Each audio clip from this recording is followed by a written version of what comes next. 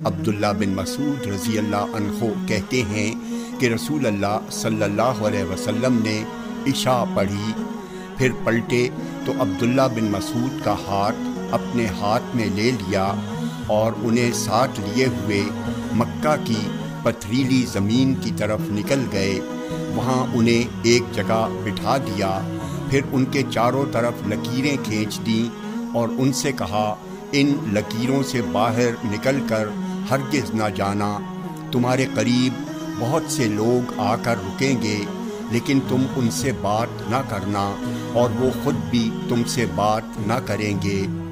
عبداللہ بن مسعود رضی اللہ عنہ کہتے ہیں پھر رسول اللہ صلی اللہ علیہ وسلم جہاں جانا چاہتے تھے وہاں چلے گئے۔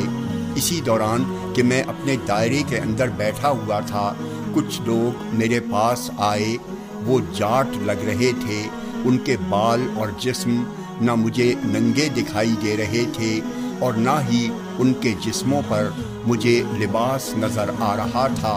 وہ میرے پاس آ کر رک جاتے اور لکیر کو پار نہ کرتے، پھر وہ رسول اللہ صلی اللہ علیہ وسلم کی طرف نکل جاتے، یہاں تک کہ جب رات ختم ہونے کو آئی تو آپ صلی اللہ علیہ وسلم میرے پاس تشریف لائے۔ میں بیٹھا ہوا تھا، آپ نے فرمایا، رات ہی سے اپنے آپ کو دیکھتا ہوں، یعنی میں سو نہ سکا۔ پھر آپ دائرے کے اندر داخل ہو کر میرے پاس آئے اور میری ران کا تکیہ بنا کر سو گئے۔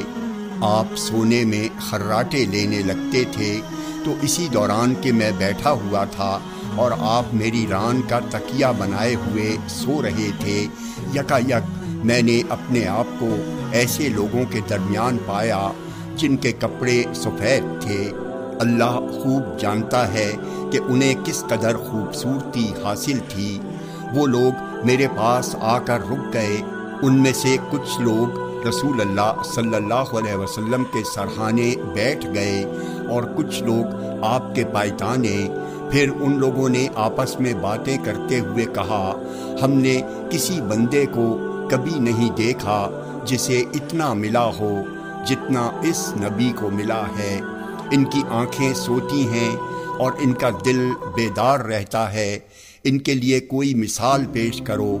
پھر انہوں نے کہا، ان کی مثال ایک سردار کی مثال ہے جس نے ایک محل بنایا، پھر ایک دسترخوان بچھایا اور لوگوں کو اپنے دسترخوان پر کھانے پینے کے لیے بلایا، تو جس نے ان کی دعوت قبول کر لی وہ ان کے کھانے پینے سے فیض یاب ہوا، اور جس نے ان کی دعوت قبول نہ کی وہ سردار اسے سزا دے گا۔ پھر وہ لوگ اٹھ کر چلے گئے اور ان کے جاتے ہی رسول اللہ صلی اللہ علیہ وسلم بیدار ہو گئے۔ آپ نے فرمایا، سنا کیا کہا انہوں نے اور یہ کون لوگ تھے؟ میں نے کہا، اللہ اور اللہ کے رسول زیادہ بہتر جانتے ہیں۔ آپ نے فرمایا، وہ فرشتے تھے۔ تم سمجھتے ہو انہوں نے کیا مثال دی ہے؟ میں نے پھر کہا، اللہ اور اس کے رسول زیادہ بہتر سمجھتے ہیں۔ آپ نے فرمایا، انہوں نے جو مثال دی ہے وہ ہے رحمان اللہ تبارک و تعالیٰ کی۔